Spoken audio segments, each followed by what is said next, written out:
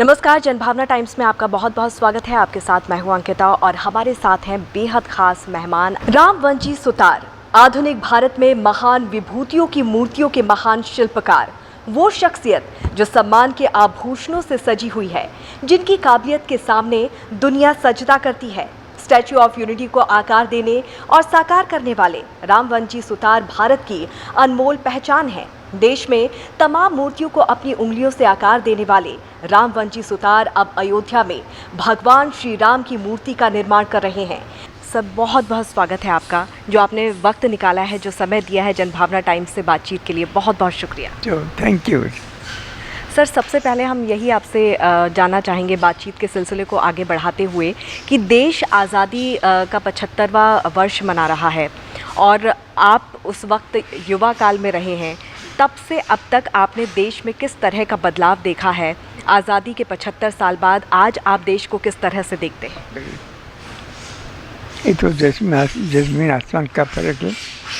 पहले हम जब छोटे थे, तब समझो 4-5 साल के थे, तब गांधी जी उस टाइम आए थे।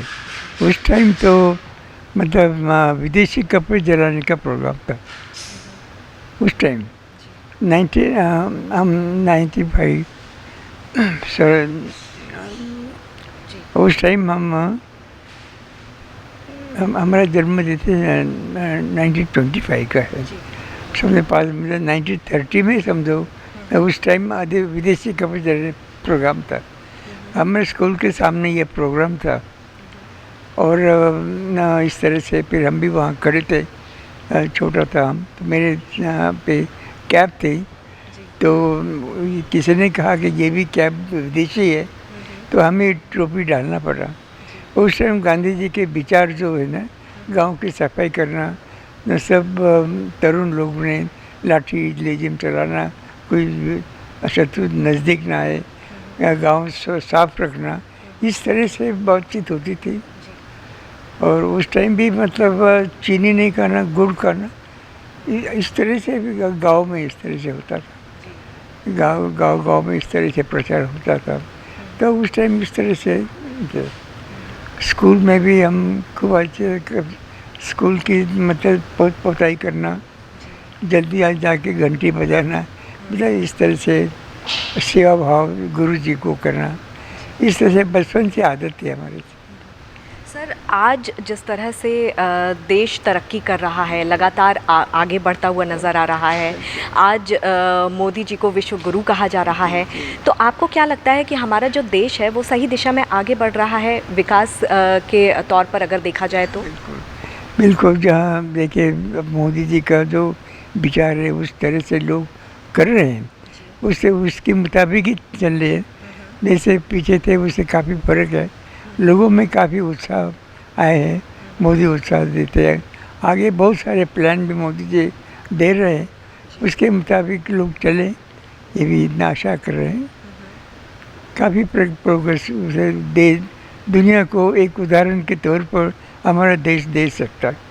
मूर्ति कला की बात करें तो मूर्ति कला को आज किस तरह से आप देखते हैं? क्या देश में ठीक से इसका प्रचार प्रसार हो पा रहा है? मूर्ति कला का मतलब ये है, कोई व्यक्ति ने बहुत अच्छे काम किया है और अभी वो नहीं है, उसके याद में और याद करने के लिए और उनके चलते हुए पैर पे हम भी चले, इस तरह से याद रखने के लिए मूर्ति बनाई जाती है और कुछ नहीं।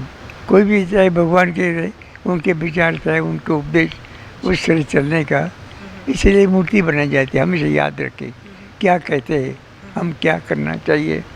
उसी तरह से हम बड़े जो जिसने जैसे गांधी जी और बहुत सारे सुभाष चंद्र बोस है, कितने बहुत सारे लोग हैं, तो उसके उन्होंने जिस तरह से विचारधारा लोगों को समझाए, उस तरह से चलना चाहिए, इसलिए मूर्तियाँ बनाई जाती है। Sir, J school of art से आपकी यात्रा शुरू हुई थी, कई सम्मानों से आपको विभूषित किया गया है, तो अब इस सफ़र को आप किस तरह से देखते हैं? मैं स्कूल ऑफ आर्ट में जाने के पहले ही 1948 में गांधी जी की मूर्ति बनाई, 1948 में। तो किसी एक टीचर थे श्री रामपुर जोशी, मेरे टैलेंट देख के उसने कहा कि गांधी जी की मूर्ति बनाओ। मैंने गांधी जी की इतनी बड़ी बस्ट बनाई है, उसकी कॉपी यहाँ है। तो 48 में वो बनाई। उसके पहले 47 में एक कि शरीर कैसा होना चाहिए पहलवान लोगों के लिए, उसकी भी मूर्ति बनाई थी। उसके बाद भी 49 में जेजे स्कूल ऑफ आर्ट में गए। तो इस राउंड को उसी चीज़ में हमारा ट्रेन देके उन्होंने कहा कि तुम स्कूल ऑफ आर्ट जाओ। उन्होंने सब अरेंज में उनके रिश्तेदार के यहाँ माटुंगा में अरेंज कर दिया, वहाँ रहे और स्कूल ऑफ आर्ट गए। तो स्कूल ऑफ आर्ट में काम करते रहे, मगर टीचर ने हमारा काम देखा, डायरेक्ट सेकंड में ले लिया। इसी तरह से 5 साल के कोर्स 4 साल में किया और 4 साल में हम फर्स्ट क्लास फर्स्ट आए, हमें मेडल भी मिला उस तरह से। उसके बाद फिर हम एक चांस आया कि हमें पुराने स्टाइल की मूर्तियाँ जो है ना, एलिफेंटा क्यूज है, येलोरा है, ये इसकी स्टाइल की मूर्तियाँ मुझे पसंद आती थी। पता नहीं कैसे पता चला कि आर्कियोलॉजी डिपार्टमेंट ने मुझे बुलाया, आर्कियोलॉजी डिपार्टमेंट औरंगाबाद में। तो वहाँ 4 साल येलोरा क्यूज में हम काम किया। वहाँ की मूर्तियाँ रिपेयर करने का काम हम सौंपा गया। तो जहाँ क्रैक्स आए हैं, किसी के नाक टूट हुए, कुछ क्या हुआ, थोड़ा सा कैसा भी करके उसका बराबर मैचिंग ऐसा मटेरियल तैयार करके हम रिपेयर करते थे। इस तरह दो मूर्ति गिरने वाली है, उसका कैसे संभाल सकते हैं, उसका तरीका वगैरह, इस तरह से काम करते रहे।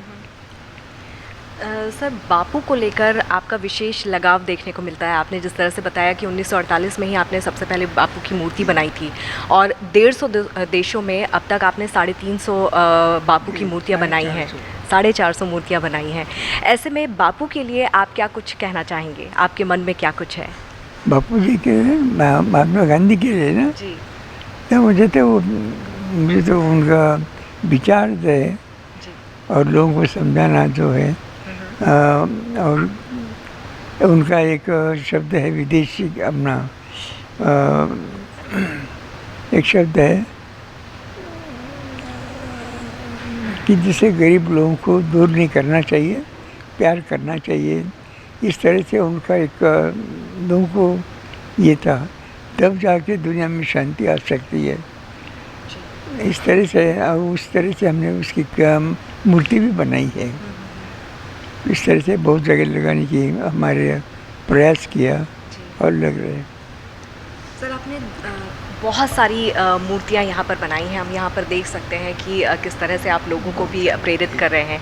लेकिन स्टैच्यू ऑफ यूनिटी, जिसकी देश में ही नहीं विदेशों में भी चर्चा हो रही है, उसके बारे में बताइए कि वो प्रस्ताव कैसे मिला, वो काम कैसे संभव हो पाया? ऐसा है, पहले तो जब महात्मा गांधी की मूर्ति पार्लियामेंट में लगी, मेरे हाथ की बनी हुई जो मूर्ति अपना जो लगी गई, मूर्ति लगने के बाद लोगों ने कहा कि सिर्फ गांधी जी की क्यों नहीं, क्यों और दूसरे भी होने चाहिए। इंदिरा जी है, नेहरू जी है, मौलाना आज़ाद है, सरदार पटेल है, ये बहुत सारी मूर्ति है पार्लियामेंट में लगी। तो पार्लियामेंट में जो मूर्ति लगी है वही मूर्ति आगे चल के मतलब सिलेक्ट किया गया है और उसी को बड़ा मूर्ति बनाने का मौका है। लेकिन सर, जो आज के युवा बच्चे हैं, आगे की जो जनरेशन है, उन्हें आप क्या संदेश, क्या मैसेज आप उन्हें देना चाहेंगे? खैर, संदेश ये है कि आजकल जो बड़े बड़े लोगों ने काम किया है, उपदेश कर रहे हैं, उसी तरह से चलना चाहिए। और क्या, देश का भला हो और खुद और दुनिया को अच्छे मार्गदर्शन करे, खुद चल के, यही देखा है। और क्या सर, आपके जीवन के बारे में कुछ बताइए ताकि हमारे जो युवा पीढ़ी है उनको कुछ सबक सीखने को मिले कि किस तरह से आपने ये मुकाम हासिल किया है और वो किस तरह से इस दिशा में आगे बढ़ सकते हैं। ऐसा है कि अपने अंदर जो गुण है ना, वो करते रहना चाहिए। चलते रहो चलते रहो चलते रहो, मतलब इस तरह से। तो वो अभी फिर से जो सिंसियरली काम करते जाओ ना, तो आगे चल के कितने दूर तक खुद ही पता नहीं चलेगा। इसी तरह से बचपन से हम जो सिंसियरली काम करते आ रहे, बचपन मतलब स्कूल से लेके आज तक सिंसियर काम करते, तो हम कहाँ तक पहुँचे हमें पता नहीं लगता। तो सिंसियर काम करते रहो, अपने के अंदर गुण है वो विकसित करो और दुनिया को ना भला करो, दुनिया को।